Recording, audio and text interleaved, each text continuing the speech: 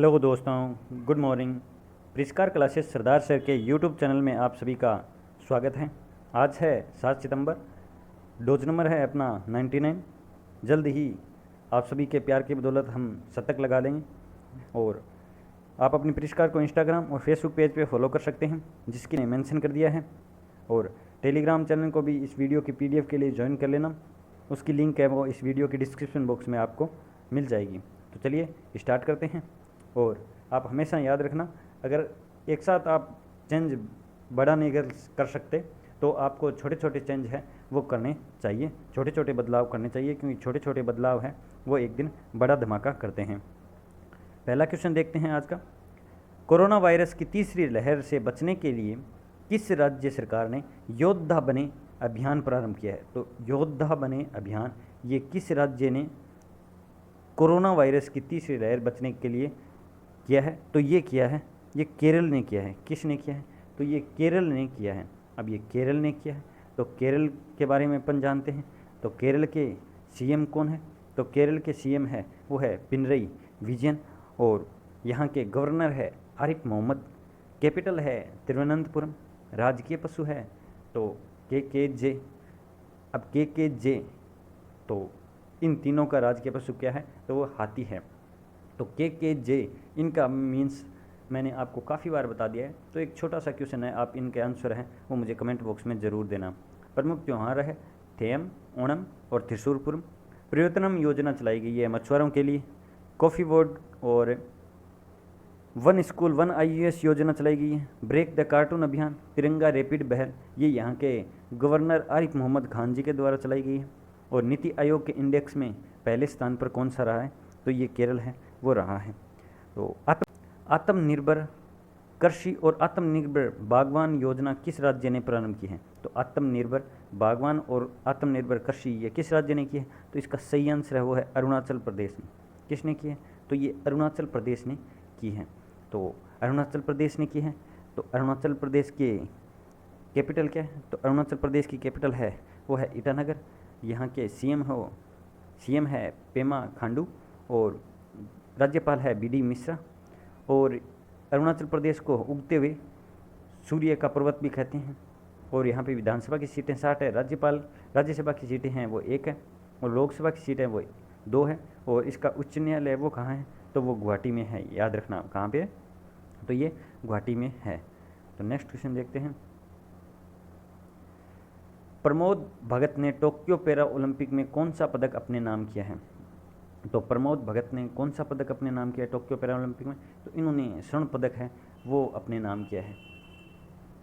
तो Tokyo para Olympic, तो इसके ध्वजवाहक कौन थे? तो वो थे टेकचंद। कौन थे? टेकचंद। और अभी तक अपने भारत के नाम कितने मेडल है वो आ गए हैं? तो अभी तक 17 मेडल है वो भारत के नाम आ गए हैं। टोक्यो पैरा ओलंपिक में शानदार प्रदर्शन रहा है। और सबसे पहले टोक्यो पैरा ओलंपिक में रजत मेडल कौन लेके आई थी? तो वो शुरुआत मेडल की लाने की शुरुआत है टोक्यो पैरा ओलंपिक में भाविना बेन ने की थी। और अपने राजस्थान से महिला कौन लेके आई थी? तो वो अविना लेखरा लेके आई थी।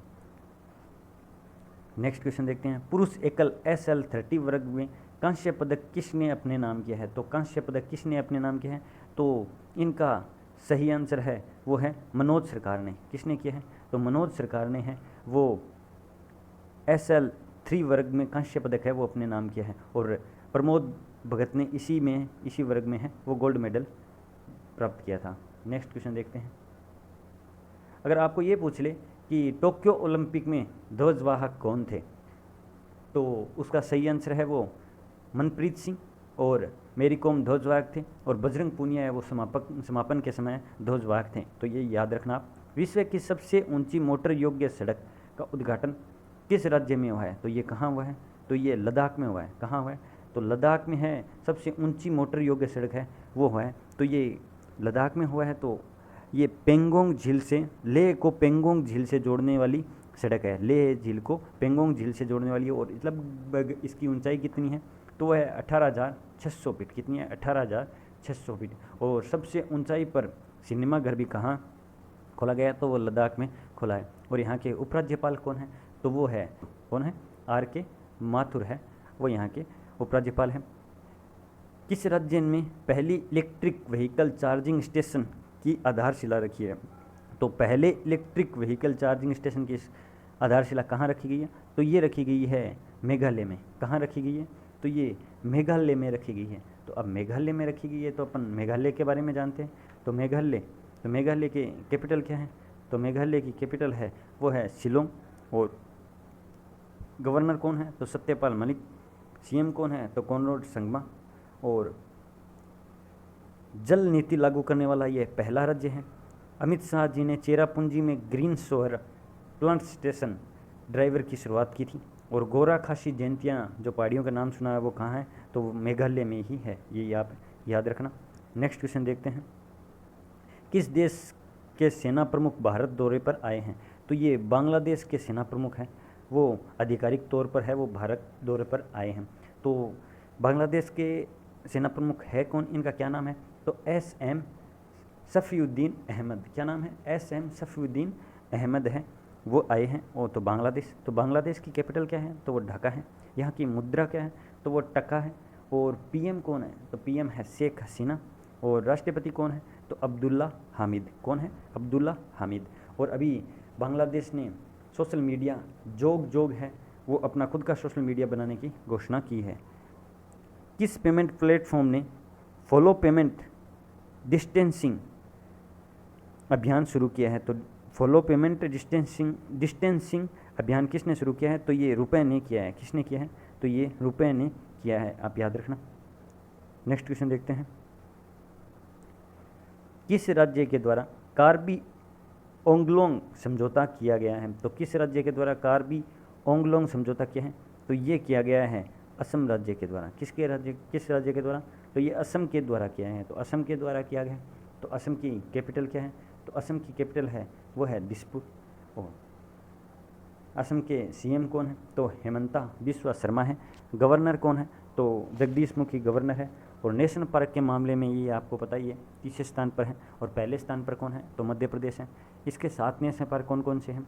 तो मानस, औरंगा, काजीरंगा, डिब्रू साइखोवा, नामेरी, रायमोना, देहिंग पटकाई, ये यहाँ के इंपॉर्टेंट नेशनल पार्क है। धन्वंतरी योजना चलाई गई है, अरुणोदय योजना चलाई गई है, पर्यटन संजीवनी योजना चलाई गई है।